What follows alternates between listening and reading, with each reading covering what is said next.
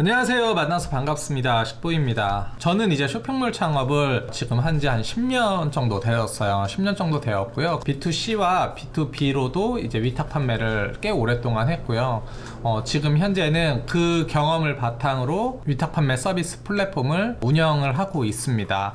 현재 많은 셀러분들이 저희 셀러이음에 가입을 하셔서 위탁 판매로 판매를 하고 계신데, 이제 제가 이제 위탁 판매를 할 때와 또 위탁 판매 플랫폼을 하면서 또 얻은 인사이트를 바탕으로 여러분들께 정보를 조금 공유하려고 이제 이런 영상을 기획을 했고요. 어떤 영상 컨텐츠이냐면, 이제 아마 쇼핑몰 창업을 많이들 이제 준비하시는데 그 중에서도 위탁 판매에 대해서 관심을 가지신 분들이 상당히 많다라는 것을 알았어요. 그래서 공통적으로 이제 질문하시는 것들을 뽑아서 저희가 요 정도만 이제 알아도 위탁 판매에 대해서 어느 정도 이해를 하고 이제 시작을 할 수 있겠구나 라고 이제 생각을 해서 이런 컨텐츠를 조금 기획을 했습니다. 가장 먼저 이 영상을 보시는 분들 중에서는 이미 뭐 온라인 쇼핑몰을 하시는 분들도 있을 테고요.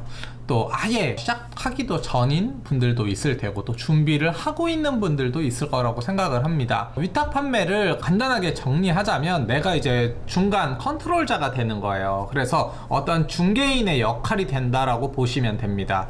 그리고 내가 제품을 내가 이제 매입해서 소유하지 않고 공급사에게 이 제품에 대한 정보나 공급가만 알고 이거를 내가 온라인상에다가 이렇게 많이 이제 뿌려놓고, 고객님이 이제 이 제품을 구매하면 내가 이제 공급사에게 발주서를 넣고 공급사는 이제 고객님에게 발송해주는 판매 방식이라고 생각을 하시면 됩니다. 그러니까 내가 이제 제품을 갖고 있지 않아도 나는 이제 판매만 하고 제품의 거래가 이루어지면 이제 제품은 공급사가 고객님에게 보내준다.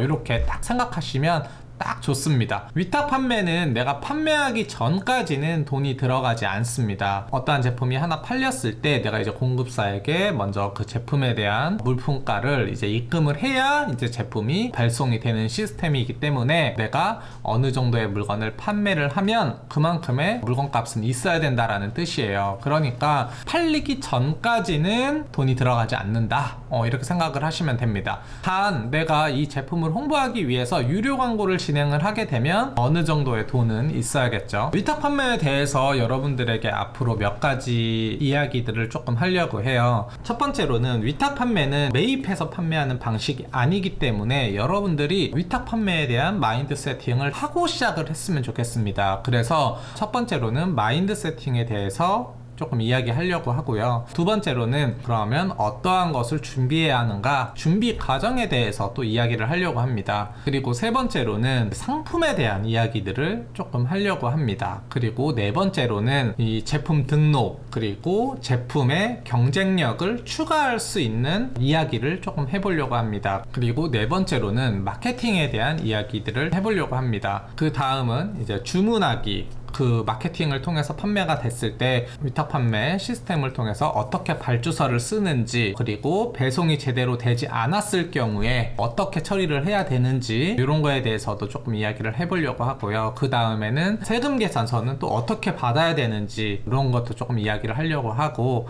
제일 중요한 CS 관리에 대해서도 조금 이야기를 해보려고 합니다. 그리고 이제 고객 클레임이 들어와서 교환이나 환불이 들어왔을 때 어떻게 처리를 해야 가장 신속하고 효율적으로 이제 딱 처리를 할 수 있는지에 대해서도 이야기를 해보려고 합니다. 그리고 이제 공급업체와 어떻게 커뮤니케이션을 할 것인지에 대해서도 또 이야기를 한번 해볼 거고요.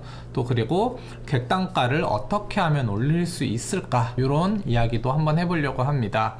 그리고 또 여러분들이 가장 궁금해하시는 과연 투잡으로서 위탁을 할 수 있는지, 이런 것도 한번 이야기를 해보려고 하고요. 절대 안 했으면 하는 이런 것도 조금 이야기를 해보려고 합니다. 그리고 이제 위탁으로 판매를 했을 때 내가 중개인으로서 갖추어야 할 필수 능력이 어떤 것인지에 대해서도 또 이야기를 한번 해보려고 합니다. 그리고 마지막으로는 향후 이 위탁 판매를 통해서 어떠한 전망이 있는지에 대해서도 간단하게 이야기를 해보려고 합니다. 간단하게 이야기를 하려고 했는데 목차만 이야기해 봤는데도 상당히 많네요, 내용이. 오늘부터 이제 하루에 하나씩 꼼꼼히 이 영상 보시고, 이해가 안 가도 상관없습니다. 이해가 안 가도 한 번씩 다 보시고, 아, 이런 내용이 있구나, 알고 있어야겠다, 이렇게 하시면서 여러분들이 미리 학습을 하시고 나중에 경험을 해보시면, 아, 이때 왜 이렇게 되는구나 라는 것을 아마 나중에 알게 되실 거라고 저는 믿습니다. 이게 미리 알고 부딪히는 거와 전혀 모르는 상태에서 부딪히는 것은 그 대응을 어떻게 하고 그거에 대해서 어떻게 처리하는지 그 과정에서 분명히 차이가 난다고 저는 생각을 해요. 이 데이터는 제가 머릿속에 생각나는 대로 이렇게 적은 내용이 아니라 셀러 이음을 운영하면서 거의 한 10개월 가까이 운영을 하면서 수많은 셀러들이 공통적으로 경험했고